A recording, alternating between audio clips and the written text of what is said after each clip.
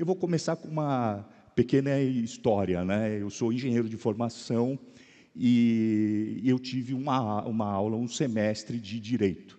Então, você imagina, para o engenheiro, estar assistindo uma aula de Direito, né? Era uma coisa extremamente depressiva. Eu sei que tem advogado aqui, nada a ver, mas para um engenheiro eu queria me matar, né? E até o momento que ele chegou e ele falou assim, ele olhou para a classe e falou assim, pô, eu sei que vocês são engenheiros, né? Então eu vou colocar aqui um gráfico. Aí foi um orgasmo, né? Porque mostrar um gráfico para um engenheiro, a coisa mudou. E ontem eu tive aqui para conhecer qual que ia ser o meu público, né? E eu vi uma coisa, né? Eu falei assim, nossa, vocês usam muitas siglas, né? Tá toda hora falando em sigla, sigla, sigla. E para quem é de fora é muito difícil entender, né? Eu me lembro que quando eu comecei, né? E eu fui começando a escutar essas siglas, eu pensei, alguém me falou assim, FIDIC, né? Cara, parece nome de escola, né? Faculdades Integradas do Carmo, né? Aí me falaram também CVM, né? Eu falei, pô, isso é Colégio Virgem Maria, né? Então eu sei que vocês têm muita dessas siglas, por isso eu falei, pô, eu vou colocar algumas para vocês, né? Uma é CEO, tá? Não é Colégio Eustáquio Oliveira, é CEO de presidente, né? E eu sei que vocês também gostam muito do anglicanismo, do inglês, né? Então, vocês vão ver que eu coloquei algumas palavras em inglês aí. Qual é a ideia hoje, tá? A ideia hoje é eu estar falando para vocês, porque eu vi as duas moças que vieram aqui antes de mim, e elas falaram sobre o emocional, de vocês terem, do emocional interferir no trabalho de vocês, né? E eu diria que a melhor forma de você ganhar dinheiro é sair desse emocional, é começar a usar a razão, né? E existem muitas coisas que a gente faz, por exemplo, que eu fiz como C-level, seja como diretor ou como presidente, porque a gente está lá para ganhar dinheiro. A gente faz investimentos, nós fazemos investimentos também. Alguns investimentos dão errado, alguns dão certo e a gente ganha dinheiro, tá? Então, eu acho que se houver essa disciplina e esse rigor, a gente consegue fazer com que nós ganhemos dinheiro nos nossos investimentos. Deixa eu só ver como é que a gente muda aqui. Eu acho que é aqui. Vamos lá. Então, é isso aqui que eu vou falar, né? Da incerteza à riqueza, como aplicar a gestão do CEO para transformar seus resultados financeiros, né? Como eu disse, eu já investi em app na minha empresa para entrar num novo mercado. Eu fiquei 2 anos e foi um fracasso, né? O mercado não queria e a gente perdeu o dinheiro, tá? Mas, bom, isso aqui sou eu, não vou falar porque a gente está quase sem tempo, né? Vocês já estão cansados, a gente está atrasado, mas fica aqui, depois eu acho que eles vão disponibilizar, né? E vocês sabem quem eu sou, né? Eu diria assim, que o maior risco não é perder dinheiro, é perder o controle, né? Porque perder dinheiro todo mundo vai perder. Seja investindo, por exemplo, eu investindo, eu perco, né? Se eu vou para a bolsa, eu perco, tá? O que a gente não pode é perder o controle. É como esse aplicativo. Eu perdi dinheiro lá da minha empresa, mas eu tenho o que vocês chamam de stop loss, né? Você tem um momento que você tem que parar. Você fala, aqui eu paro, daqui para frente eu não vou, que é gestão de risco, tá? Então, como é que um CEO pensa, né? A gente tem uma visão do futuro. Eu sei onde eu quero chegar, né? Eu tenho um objetivo financeiro claro para a minha empresa. Eu também tenho que ter um objetivo financeiro claro para aquilo que eu estou investindo. Eu tenho que saber, olha, eu quero chegar lá, daqui a 10 anos, daqui a 15 anos, eu quero ter tanto de patrimônio, tá? Tem que ser disciplinado, né? Não adianta, eu vi muito de vocês falando, né? Eu falo assim, do overtrading, né? Tira aqui, vê, tira, não sei o quê. Para quem é um investidor, você tem que ter uma disciplina, né? E a gente vai falar um pouco de como é que é essa disciplina, como é que eu gerencio isso, né? Eu tenho que estar toda hora revendo, mas toda hora assim, todo dia, todo minuto, não. Eu diria pelo menos uma vez por mês. Reveja aquilo que está certo, como é que está a sua carteira, né? Para e repensa, tá? E você tem que também proteger o capital. Eu protegi o capital. Eu não podia depender de um cliente. Eu tinha que diversificar. Eu não podia depender de um produto. Eu tinha que diversificar. É a mesma coisa para vocês, tá? Independente se é um investimento, né? É um produto, né? Seja ele um produto fabricado por uma indústria, seja um serviço que vocês provêm, como eu provenho hoje, com mentoria e consultoria, né? Mas vocês têm que ter isso na cabeça. Diversificação é a chave. Você não pode colocar todos os ovos numa cesta só. Opa, aqui, tá? E eu falo assim, a carteira de vocês é uma mini empresa. Essa é a primeira coisa. Vocês têm que pensar que é o quê, né? E aqui, ó, eu deixo para vocês uma sigla, ficou aqui, infelizmente deu um problema aí de layout, né? Que é o DRE, tá? Ou, como dizem, né, para quem gosta aí do anglicanismo, o P&L, né? Que não fala nem P e L, o pessoal já fala P&L do mercado corporativo, ou Income Statement, mas é o DRE. E vocês têm isso, se vocês olharem a carteira de vocês, é um DRE, né? Ele tem os aportes, você tem uma receita que você coloca, você tem os seus custos, que são as taxas e impostos, e você tem a rentabilidade líquida, que é a margem, né? Então, se vocês acompanham isso, se vocês olharem para esse investimento que vocês têm, de vocês, ou dos seus clientes, como resultado de uma empresa, né, vocês vão entender, por exemplo, não interessa para mim a margem bruta, o quanto que eu recebo bruto, né? Eu, como investidor, o que eu quero saber é o líquido. É isso que me interessa, tá? Então, olha, investidores que acompanham KPI, como rentabilidade líquida, drawdown, aporte mensal, né, superam o índice de referência em até 2 pontos percentuais. Isso aqui é uma pesquisa da Vanguard de 2023. Tá? Em 2024 caiu para 1,5. Mas 2 pontos é muita coisa. Tá? E aí, quando a gente faz essa parte, a gente acompanha os indicadores, porque tudo que você gerencia na vida, você tem que gerenciar com indicadores. Você passa para a seguinte etapa: eu vou entender quais são os riscos, né? Eu tenho que gerenciar os meus riscos. E o que é essa diversificação, né? O que esses são riscos? Um é a diversificação. A diversificação é como o seguro-saúde que vocês têm. Vocês têm que diversificar o seu produto, não pode deixar tudo numa cesta só. E aquela famosa reserva de emergência é o caixa de uma empresa. Todo mundo tem, né? Eu que sou empresário, a minha renda ela flutua. Eu preciso ter a minha caixa de emergência, minha reserva de emergência. Eu preciso ter isso, tá? E o que eu falei de novo são os limites de perdas, né? O famoso que vocês chamam de stop loss. Vocês têm que saber quando que é o momento de você falar assim, ó, daqui eu paro e eu vou trocar, eu vou fazer uma outra estratégia, tá?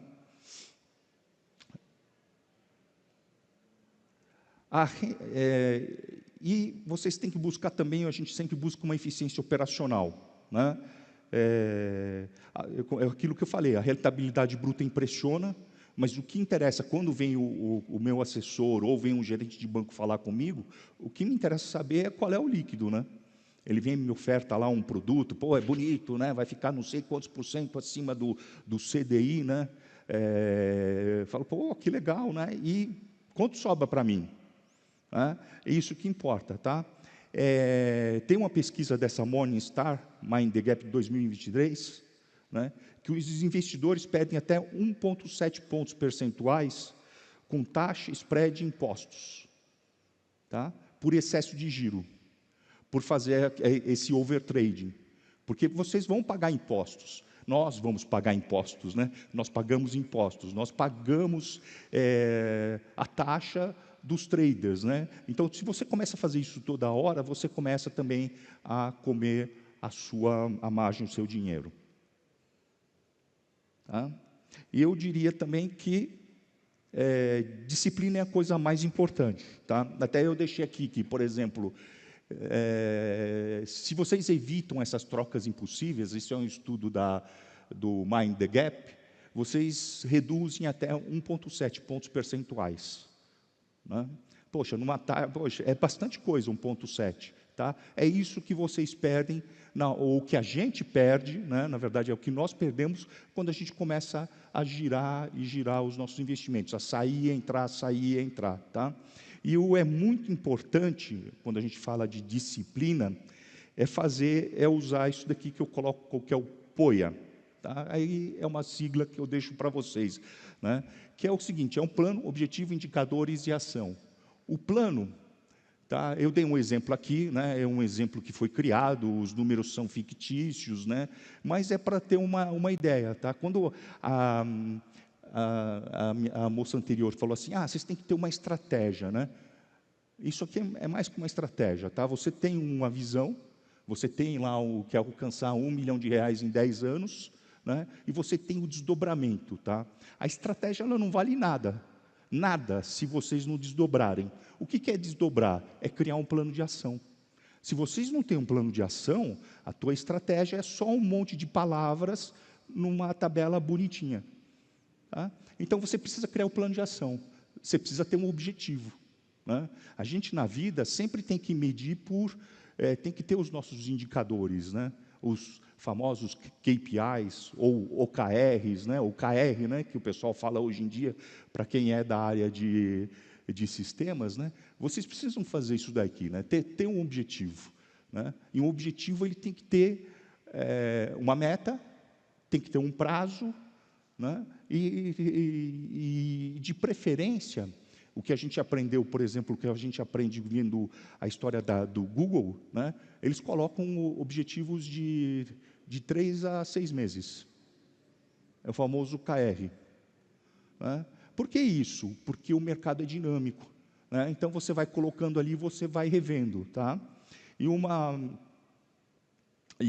outra coisa que precisa são esses indicadores. Né? Você precisa ter isso. Tá? Né? Até o meu personal investor, né? Que ele gosta de ser chamado assim, ele fala para mim, você tem que aportar todo mês tanto, você tem que para a gente chegar no teu objetivo. Então, esse indicador tem. E você tem que acompanhar. Esse mês eu consegui, mês que vem não. Tá? Eu estou tendo lá a minha rentabilidade de 6% ao ano, alguma coisa assim. Então, isso é muito importante. Tá legal? Então, eu até corri, desculpa, era para fazer isso bem mais tranquilo, mas em função do tempo que me foi pedido, né, eu já estou terminando aqui. Eu falo assim, vocês não controlam o mercado, né, não vão conseguir. Eu acho que vocês têm que controlar a estratégia e a ação de vocês. Tá? Quem pensa como um dono de empresa, e vocês são o dono da empresa de vocês, né, constrói valor, em qualquer ciclo. Né? A gente passou pela pandemia, né? Teve gente que ganhou dinheiro, teve gente que perdeu dinheiro, a gente sobreviveu, mas a gente construiu valor nesse período. Tá? E nós estamos aqui hoje, entendeu? Então, eu sempre digo assim, tem que fugir também vamos dizer assim, como é que eu posso colocar, qual é a palavra? Me fugiu aqui, mas eu sempre falo assim, é um exemplo que eu tive num curso de pós-graduação. Né? Chegou uma dona de uma loja para nós, na sala de aula, e falou assim, eu não estou vendendo mais roupa. Mas por que você não está vendendo mais roupa? Né? É porque o meu cliente tem mau gosto. Né? Poxa, né? Então, e é muito comum para quem tem filhos, né, como eu vejo que tem bastante gente jovem aqui que talvez ainda não chegou nessa fase da vida, mas para quem tem filhos, né, quando o filho dá alguma coisa de errado, qual que foi a culpa? Né?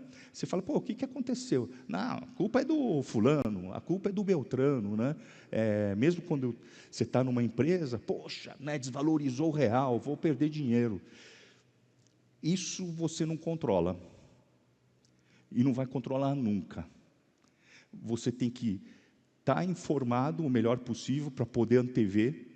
E eu vou dizer que eu nunca consegui fazer isso. Sabe, a gente lê The Economist, lê o Valor, né? Procura na internet, né? E às vezes é um carinha lá que ninguém escuta que falou que vai ter uma maxi desvalorização. E o cara falou, mas o restante no mercado não fala. Então, sempre pega a gente de calça curta. Isso é fato, vai pegar. O que você precisa saber é como que vocês vão reagir.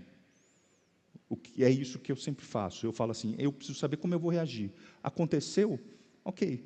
Então, vamos agora parar, pensar e correr atrás para estar acertando isso daí, para diminuir as perdas, né? E para ver o seguinte também, como é que eu ganho. Quando teve a Covid, eu estava assessorando uma empresa de cosmético que fazia gel de cabelo. Pô, você não vai... Esquece gel de cabelo. Mas você quer saber uma coisa que vai vender? Álcool em gel. Só que você precisa ser rápido. Você precisa desenvolver o álcool em gel muito rápido. Ele desenvolveu, ganhou dinheiro.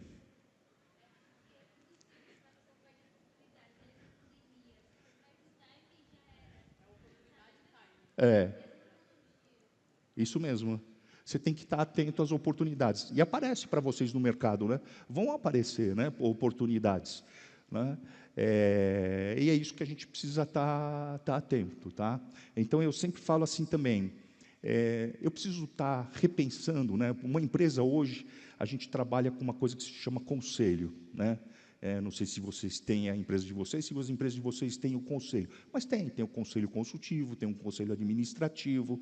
Qual é a função desse conselho, né? É você parar, levar o que está acontecendo, né, em termos de macroeconomia, da concorrência, do mercado em si, e trocar ideias com quem tem mais experiência, ou experiência de outros setores de mercado, de trazer alguma coisa para você poder repensar e corrigir o seu rumo.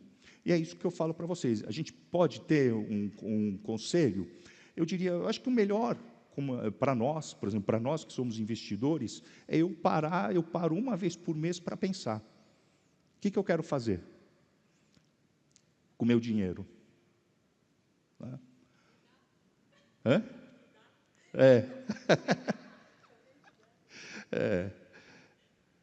Eu falo assim, eu posso dar, tem que só ver a taxa de retorno. Quando é que você vai me retornar e quanto vai ser? Entendeu? É negócio, né? Então, eu acho que isso é muito importante, tá? Então, muito obrigado, né? Eu fui o mais rápido possível para atender vocês. Eu cortei um monte de coisa aqui, tá? Mas fica aí. Eu sou o pai executivo, tá? Eu estou no Instagram e eu sempre falo, se vocês tiverem alguma dúvida, pergunta para o pai.